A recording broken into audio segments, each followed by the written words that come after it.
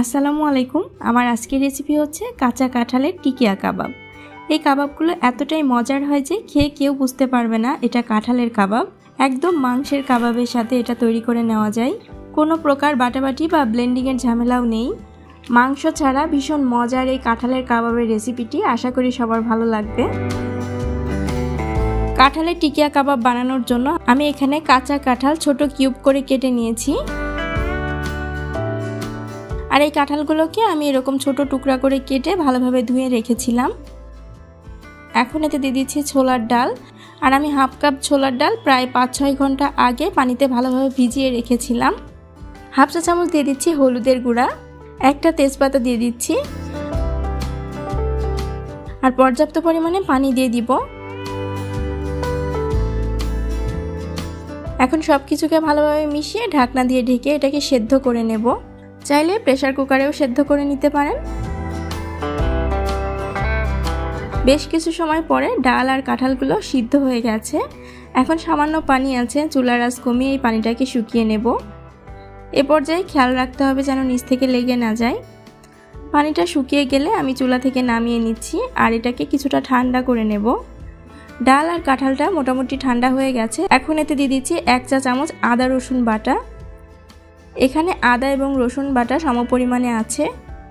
দিচ্ছি ভাজা জিরার গুঁড়া 1 চা চামচ, হাফ চা চামচ দিয়ে দিচ্ছি ধনিয়া গুঁড়া, হাফ চা চামচ গরম মশলার গুঁড়া, গোলমরিচের গুঁড়া দিয়ে দিচ্ছি হাফ চা চামচ, দিচ্ছি মরিচের গুঁড়া 1 চা চামচ।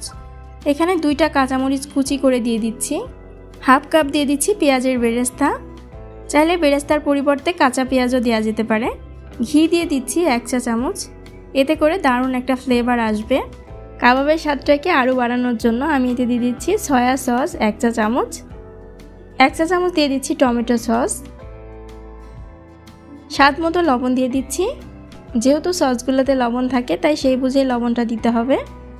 মশলাগুলো যা যা দিয়েছি এবং পরিমাপগুলো যদি ঠিক থাকে কাবাবটা খেতে একদম মাংসের কাবাবের মতো হবে। এটা খেয়ে কেউ বুঝতে পারবে না যে এটা কাঁঠালের কাবাব।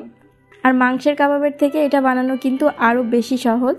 এখন সব কিছুকে ভালোভাবে মিশিয়ে নেওয়ার পরে দিয়ে দিচ্ছি পাউরুটির গুঁড়া। বাইন্ডিংয়ের জন্য যতটা প্রয়োজন ততটা দিয়ে দিব।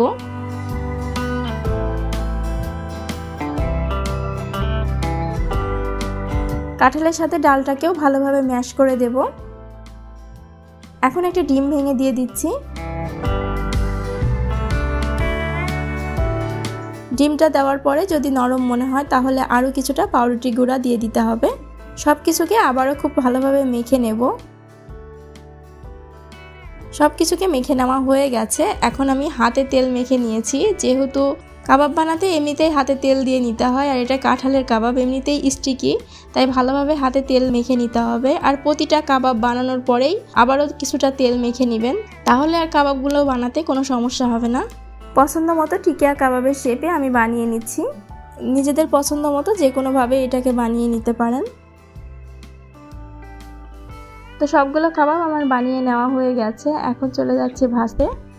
আর ভাজার জন্য চুলায় পর্যাপ্ত পরিমাণে তেল দিয়ে দিয়েছি। তেলটা খুব ভালোভাবে গরম হয়ে যাওয়ার পরে আমি কাবাবগুলো দিয়ে দিচ্ছি। আর কাবাবগুলো দেওয়ার পরে চুলার আঁচটা কিছুটা কমিয়ে দেব। মিডিয়াম টু হাই এর মাঝামাঝি রেখে কাবাবগুলোকে ভেজে নেব। এক পাশটা বাদামি হয়ে এলে আমি উল্টে দিচ্ছি।